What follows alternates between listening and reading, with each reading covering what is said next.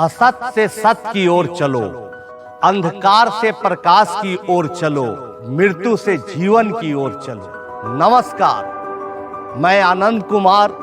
मुझे याद है आज भी वो अंधेरी रात, जब पटना के गांधी मैदान के पास लैंप पोस्ट के नीचे बैठकर एक विद्यार्थी आइए मैरून जैसी किताब के कठिन सवालों के जवाब ढूंढने की जद्दोजहद में था और उसकी मुलाकात मुझसे होती है। तमाम अभावों के बीच उसके चेहरे पर कुछ करने की चमक, कुछ चाहत मुझे सुपर 30 शुरू करने के लिए प्रेरित किया।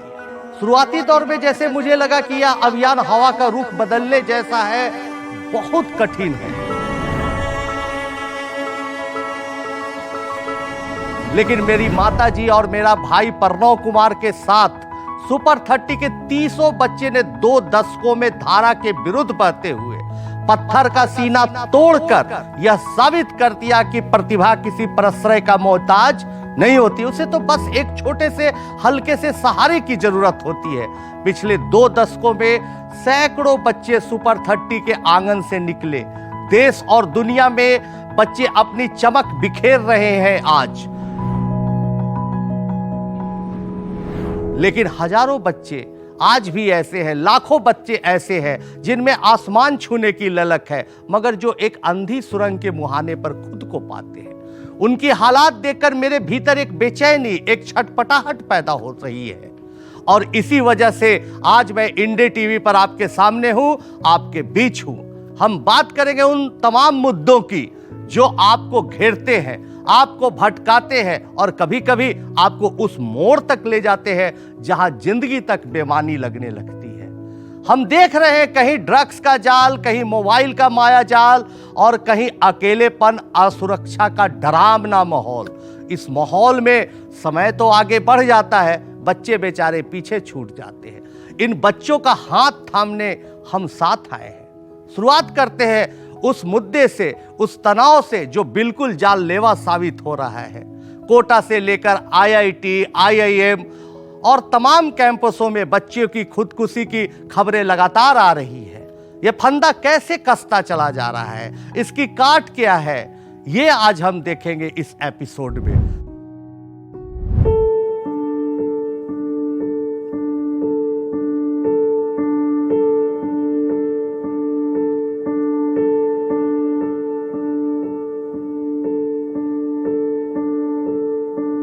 कोटा, हैदराबाद, चेन्नई, शहर अलग अलग लेकिन सबकी कहानियां एक। ये उन छात्रों की तस्वीरें हैं जो एक सपना लेकर अपने घर से चले थे, लेकिन सपने बिखर गए। उम्मीद की डोर टूटी और अपने ही हाथों से इन्होंने अपनी जिंदगी की लौ बुझा ली। इस साल पहले 4 महीनों में IIT में 6 बच्चों ने खुदकुशी कर ली। 2018 के बाद IIT में खुदकुशी करने वालों की तादाद 35 हो चुकी है। साल 2019 से 23 के बीच IIT, IIM, मेडिकल और दूसरे हायर एजुकेशनल इंस्टीट्यूशंस में 75 छात्र छात्राओं ने आत्महत्याएं की हैं। ऐसे ज्यादातर मामले कमजोर आर्थिक और सामाजिक पृष्ठभूमि के लड़कों के बीच देखे गए। इस दौरान 33,979 छात्रों ने अपनी पढ़ाई बीच में छोड़ दी। कोचिंग नगरी कोटा में पिछले 8 महीनों में 23 छात्रों ने आत्महत्या की है। जाहिर है पढ़ाई का तनाव और नाकामी का डर बच्चों के लिए जानलेवा साबित हो रहा है।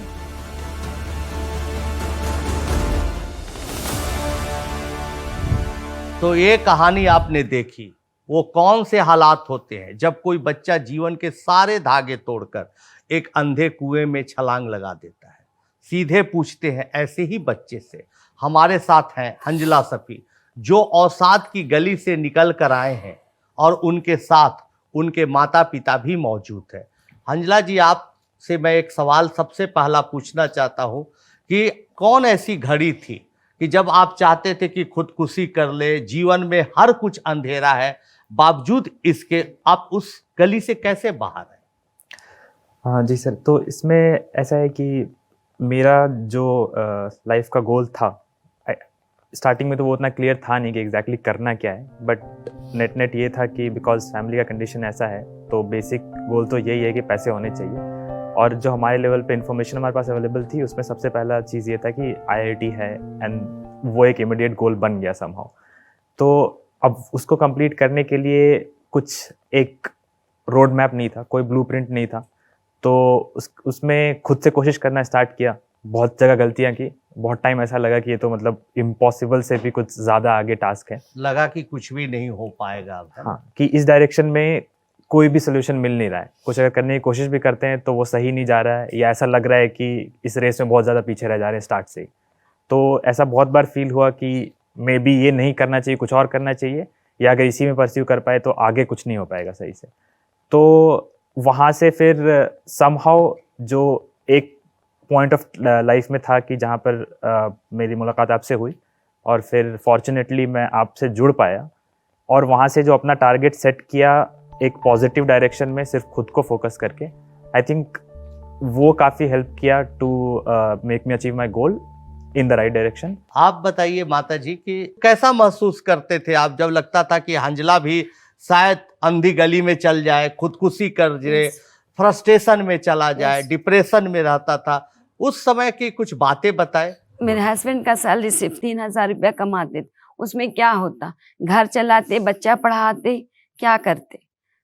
तो बच्चा को पढ़ाने के लिए बहुत सारा रात दिन ऐसे ही सोचते रहते थे क्या होगा। मैं भी और सभी से लेने के लिए मतलब करते थे कि कोई भी हेल्प कर दे, कोई करता कहाँ था सर। खुद ही अपने आप मतलब जूझना पड़ा हर चीज के लिए, बच्चे के पढ़ाई के लिए, उसके लाइफ के लिए, बर्तन बेचना पड़ा, गोल्ड बेचना, जो भी मेरे पास था बच्चे के पढ़ाने के लिए। फिर भी ये सोचते थे कि अगर हम ना कर पाए तो फिर बच्चा मेरा कुछ कर लेगा। हर दिन सोचते थे कि अब हम क्या करें, सिवा मरने के उपाय और कुछ है ही नहीं, अब तो भाई आपके बच्चा ने अच्छा किया और लोगों को दिखाया, IIT में दिल्ली में जाकर, अच्छी कंपनी में पढ़कर, इस तमाम दर्शकों के सामने एक रोल मॉडल बनकर कि कोई आत्महत्या, निराशा, डिप्रेशन कोई रास्ता नहीं है, हर जगह कहीं ना कहीं उम्मीद है, रोशनी की एक किरण है, ऐसा तो है। तो हम हंजला जी से एक और सवाल पूछना चाहेंगे। बहुत बार ऐसी परिस्थितियां थी, जैसे आप देखते थे कि हमारे चलते माता पिता उदास हैं, निराश है, इनकी बेचैनी, छटपटाहट कि बच्चे को पढ़ाएं, पढ़ाई ही एक जरिया है जिससे गरीबी से निकला जा सकता है, फिर भी पिताजी छोटी सी जो हमारी आवश्यकता है वो भी नहीं पूरा कर रहे, और इनको घबराता हुआ देखकर, इनको नर्वस देखकर, माता जी को रोता हुआ देखकर आप क्या फील करते थे? वो मतलब लगता था ऐसा कि एक तो जो पढ़ाई का प्रेशर है और वो जो गोल है, वो पता है कि कुछ भी गोल जो इम्पोर्टेंट अचीव करना है वो ऑब्वियसली डिफिकल्ट होगा क्योंकि बहुत सारे लोग कर रहे होंगे। तो एक उस पूरे गोल का प्रेशर तो था ही था, प्लस ये भी है कि एक्सपेक्टेशंस का प्रेशर आ जाता है बिकॉज गिवन कि आप ऐसे कंडीशन से आ रहे हो जहाँ पर कि स्टार्टिंग में कुछ भी नहीं है लिटरली, तो वो प्रेशर ऐड ऑन होने लगता है। बट आई थिंक उसके बारे में बात करते रहा जाए अपने पेरेंट्स से भी और अपने टीचर से भी, इनफैक्ट अगर जो करीबी दोस्त हैं उनसे भी बात किया जाए तो उससे काफ़ी हेल्प मिलता है। बहुत बढ़िया। पिताजी से एक सवाल है, आप किस परिस्थिति में थे? पहला सवाल तो ये था जब हंजला को लगा कि अब जीवन में कोई रास्ता नहीं बचा है, फांसी का फंदा तक लगाने की सोचता था, वहां से निकल के आगे बढ़ गया और आज आप इस मकाम पर हैं कि आपके इलाके का खूबसूरत मकान में आप रहते हैं, आपके पास हर सुविधाएं हैं जो एक अच्छे लोगों के पास होनी चाहिए। अब आपको कैसा लगता है? थोड़ी अपनी बात को रखें। सर, सबसे पहले तो आपने एक सही बात कही कि सारी समस्याओं का समाधान शिक्षा है। शिक्षा ही एकमात्र एक ऐसा औजार है जिससे आप सारी जंग जीत सकते हैं। ये साबित करवाया आपने और ये सच भी है। जिस वक्त मैं स्ट्रगल के दौर में था, यानी अब अपने आजीविका को ढूंढ रहा था, तो सच कहिए तो बेगूसराय से, मैं बेगूसराय का रहने वाला हूँ, बिहार का एक छोटा सा शहर, वहाँ से पटना जाने का जो टिकट फेयर होता है ना, वो भी हमारे पॉकेट को अलाउड नहीं था। और बच्चे को भेजना है, मुझे भी हफ्ते 2 हफ्ते में जाके देखना है कि वो ठीक से है या नहीं है। खाने के लिए क्या बना के ले जाएं घर में, इसके बारे में भी जान लेना ज़रूरी है कि अगर सब्जी बनाते थे तो उसमें तेल भी इतना ही डालना है जिससे 4 बच्चे का, 2 बच्चे और हम दोनों भी हो लें, और उसके बाद इसके लिए 2-3 दिन का खाना भी वहाँ लेके जाएं। कुछ एक ऐसे थे गल्ले राशन वाले, वो बेचारे लोग भी उधार उधार दे दिया करते थे, लेकिन ये बोलते भी थे कि तुम पैसे कहाँ से दोगे और कब दोगे? 80 रुपया, 70 रुपया या 100 रुपया रोज कमाते हो, ये पैसे कहाँ से ला के दोगे? परिस्थिति बसर परिस्थिति बदला, तो अब तो आप स्वयं बताया कि बेगूसराय में एक बढ़िया सा घर मैंने बना बनाया हुआ खरीदा। 1 फरवरी 2020 को मकान खरीदा था हमने सर, बना बनाया हुआ 4 फ्लैट का मकान बेगूसराय के अच्छे एक जगह पे। दुकान जहाँ मैं चप्पल जूता की दुकान करता था, वहाँ पर उससे थोड़ा सा हटके एक बेगूसराय के पास इलाके में मैंने जूते की दुकान, शोरूम खोल दिया। यानी कि पहले जहां जूता दिखाने का, पहनाने का सबका काम करते थे एज ए स्टाफ, अब आपकी अपनी दुकान होगी स्वयं की। वहाँ वाह, कस्टमर जो आते थे सर, वो बोलते थे कि आप निराश मत होइए, आपका बच्चा जहाँ गया है और जिस मेहनत से कर रहा है वो, आप एक दिन ऐसे दुकान के मालिक होंगे। वाह, और वो सत्य हो गया सर। अरे बहुत बहुत बधाई हो आपको, बहुत बहुत बधाई हो। चलिए, अब तो बहुत अच्छा हो गया, जिंदगी आपकी बदल गई। कहाँ गुमनामी के अंधेरे से आप रोशनी में आ गए। आज बेगूसराय नहीं, देश में लोग एनडीटीवी के माध्यम से देखेंगे कि आप कितने कामयाबी के किस मंजिल पर खड़े। तो ये बताइए कि अब आपको कैसा महसूस होता है? परिस्थितियाँ जैसे होता गया, सामान्य होते गई। तो पहले तो साइकिल आया सर, साइकिल के बाद स्कूटी आया सर, अब तो सोच रहे हैं कि 4 व्हीलर ही आ जाएगा। ये सब शिक्षा से संभव हुआ है। बच्चों को जानना चाहिए कि शिक्षा ही एक ऐसा रास्ता है जो आपके हर सपने को पूरा करेगा। और उसमें मैं एक बात और कहता हूँ बच्चों को कि गर सिफत है तुझमें हीरे की, सब सिफत मत कहते हैं हुनर को, अगर तुझमें गर सिफत है तुझमें हीरे की, तो दिन के उजाले में नहीं, रात के अंधेरे में चमक। दिन के उजाले में तो कांच के टुकड़े भी चमकते हैं। वाह, बहुत बहुत धन्यवाद, बहुत बहुत धन्यवाद। हमारे बीच कुछ लोग मौजूद हैं, आइए उनसे बातचीत करते हैं, उनसे कुछ सवाल जानने का प्रयास करते हैं। हेलो सर, मेरा नाम अनुष्का है और मैं पूछना चाहती हूँ कि कई बार जैसे बच्चों को डाउट्स होते हैं या मन में सवाल होते हैं, लेकिन वो सवाल खुल के पूरी क्लास के सामने वो पूछ नहीं पाते क्योंकि उन्हें लगता है कि उनके दोस्त उन्हें जज करेंगे या फिर बाकी सबको क्लास में वो कंसेप्ट आता होगा। ऐसे में आप क्या सजेस्ट करते हैं कि उन बच्चों को क्या करना चाहिए? ऐसे बच्चों को हिम्मत रखना चाहिए और उनको सोचना चाहिए कि हर बड़े काम की शुरुआत बहुत छोटे स्तर से होती है।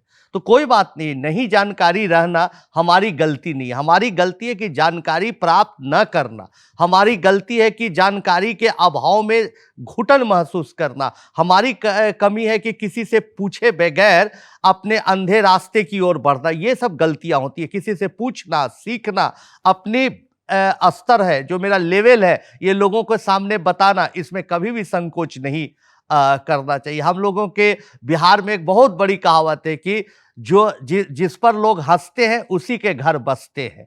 तो इसलिए ऐसी बात नहीं, हंसने दीजिए, दुनिया का काम है। आज उस पर हंसेगी दुनिया, कल आपको वही दुनिया सलाम करेगी। इसलिए जो मन में है, जो सवालात है, उसको जरूर पूछिए और पूछना समझना आपका अधिकार है।